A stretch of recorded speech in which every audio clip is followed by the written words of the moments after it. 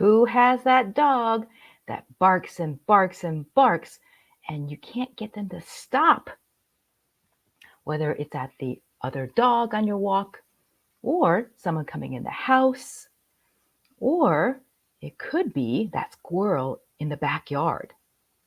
Is this you and your dog?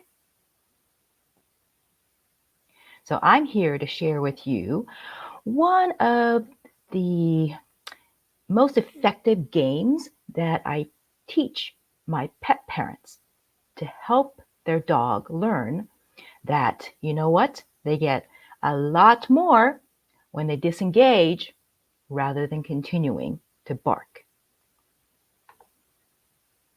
So, good afternoon. My name is Linda. I am the owner and trainer at Wow Bow Wow. I specialize in working with family dogs, families with those companion dogs that they may have brought home as a puppy, maybe 2 to 4 months old, or maybe older than that.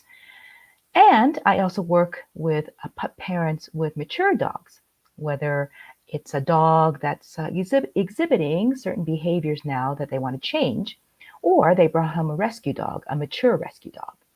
And I help these families, train their dogs to be more, well adjusted, better behaved. So maybe I can help you too. So let's get back to what I'm going to share with you today.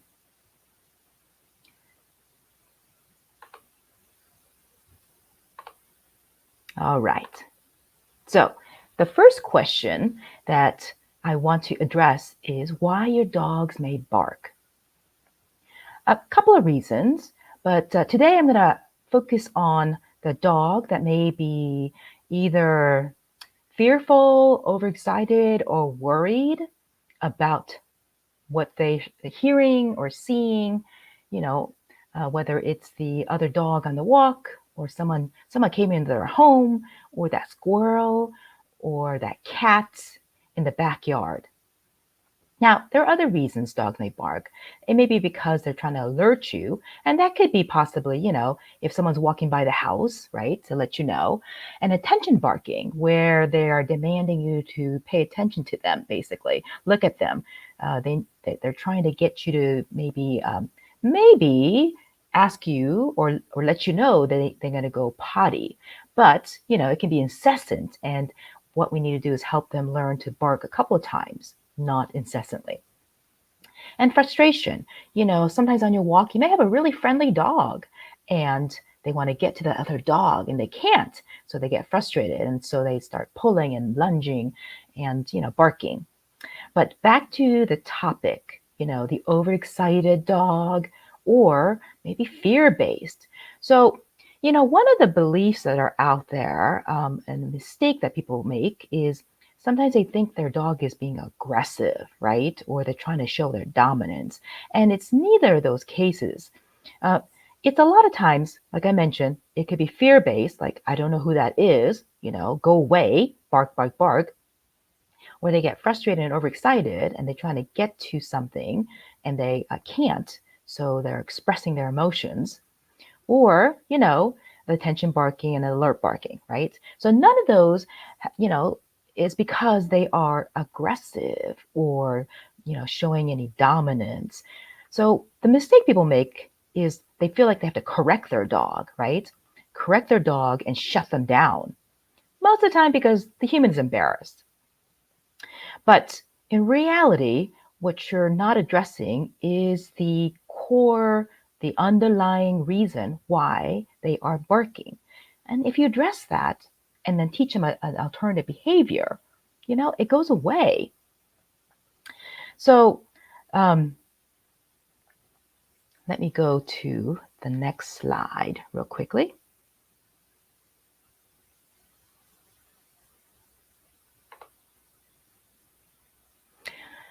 So how to change the barking behavior? Like I mentioned, today I'm going to show you one of the effective games I teach my students.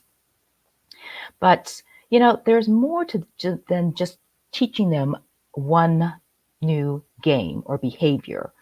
In many cases, First, you have to work on preventing the unwanted behavior, managing the situation. In some of those cases, it may be an emergency escape or minimizing the visual to the triggers that may be walking by the house. And then, you obviously teach the newer behavior, but you know what? Sometimes, like I've said, it's an emotional thing, and they may need to learn to see those things as being neutral, not frightening or exciting, right? And then you may also need to teach them to self-soothe, practicing relaxing and chilling. And then lastly, and most importantly, you really need to meet your dog's well-being, because they are living sentient beings. Are they getting enough sleep and rest? Because if you don't get enough sleep, I don't know about you, but I get cranky. Are they getting good food, nutrition? Are they getting enough mental and physical enrichment? And lastly, like I said, they are living sentient beings. Are they getting the opportunities, to do their dog stuff that dogs do? Be a dog, right? So, another mistake people make is that if they teach their dog to do a certain behavior, then you know what? It solves the problem. But in reality, you have to look at this in a holistic manner, many different prongs to get to the problem, to resolve the problem.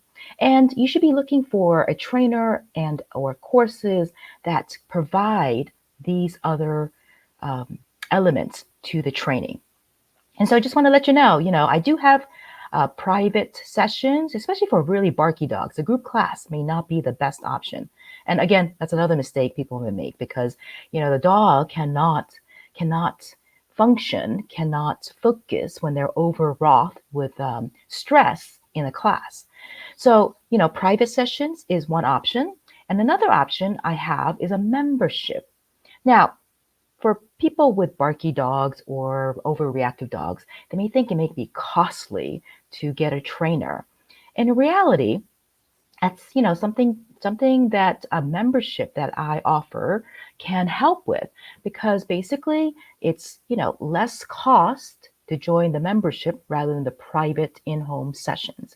And you get the elements, you get the support, and you get to learn these different prongs that you need to be aware of to solve the problem and give your dog, the life they need to to thrive and be fulfilled and then well behaved. So let's get on to the actual game. I want to do this. There's a squirrel. Here,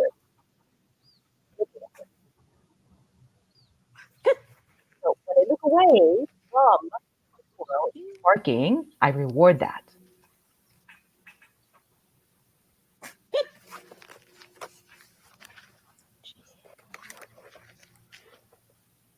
This is Danny, the white one, and the redhead is Jill. Good job. Good job in disengaging. She's more interested in me now, so that's good. So, if you understand the game, basically they get rewarded for looking away instead of barking. Now, in the beginning, your dog may bark and then they may look away. Now, you want to be as careful as possible is to reward the disengagement without the barking. But, there's other games that we play in regards to getting them to disengage by calling their name or using a positive interrupter. But, I cover all these different kind of other concepts and games in the private sessions or the membership. But does that make sense? Is if they get rewarded for disengaging, then they are more likely to practice that behavior. Now, I'm going to put an asterisk here. If they are too close and they are like mentally out of their mind barking, it's not going to work at this point. You have to start at a distance that they can think. They can't be in their little lizard brain, the amygdala part of the brain, the flight, fight type part of the brain. They have to be in the frontal lobe, the frontal thinking lobe, in order for them to decide, oh, you know what? I get rewarded or praise, you know, for looking away. And that's the game you want to teach them and reinforce. Okay, thank you for joining me for my Training Tuesday. And I hope you do um, connect with me. I hope you do like reach out to me to see if either of these options, private sessions or the membership, may be the best option for you to work with your dog to help them learn to be a well adjusted and well mannered pup. All right. Thank you for joining me for my Training Tip Tuesday, and I will see you next Tuesday.